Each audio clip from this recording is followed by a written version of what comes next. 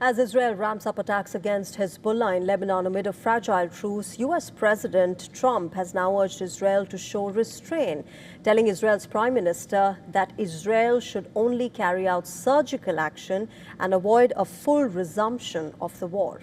In an interview with Axios, Trump made it clear that targeted action, not widespread destruction, is what he expects from Israel now. In this interview, Trump said, and I quote him here, "I told Netanyahu he has got to do it more surgically, not knock down buildings. He can't do it. It is too terrible and makes Israel look bad." But on the ground, the reality appears to be far more complicated. The Israeli military claims that it has carried out over 5,000 strikes against Hezbollah targets since the war started on the 2nd of March, hitting weapons depots, command centers, and military infrastructure. But here lies the bigger question. What exactly is left for Israel to carry out surgical strikes upon?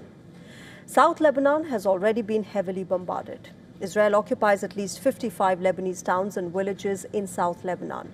In fact, as per the Lebanese government, more than 50,000 housing units have been damaged or destroyed in this war.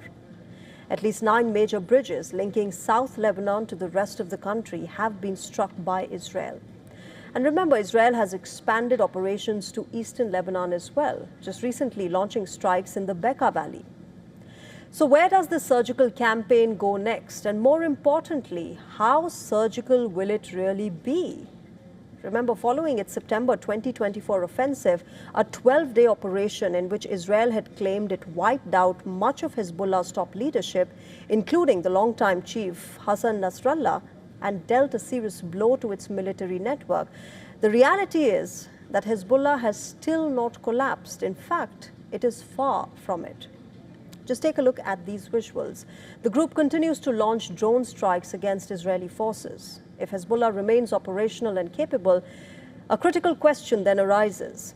Have the Israeli strikes truly achieved their objective, or is Hezbollah simply too strong, too decentralized, to be dismantled through air power alone?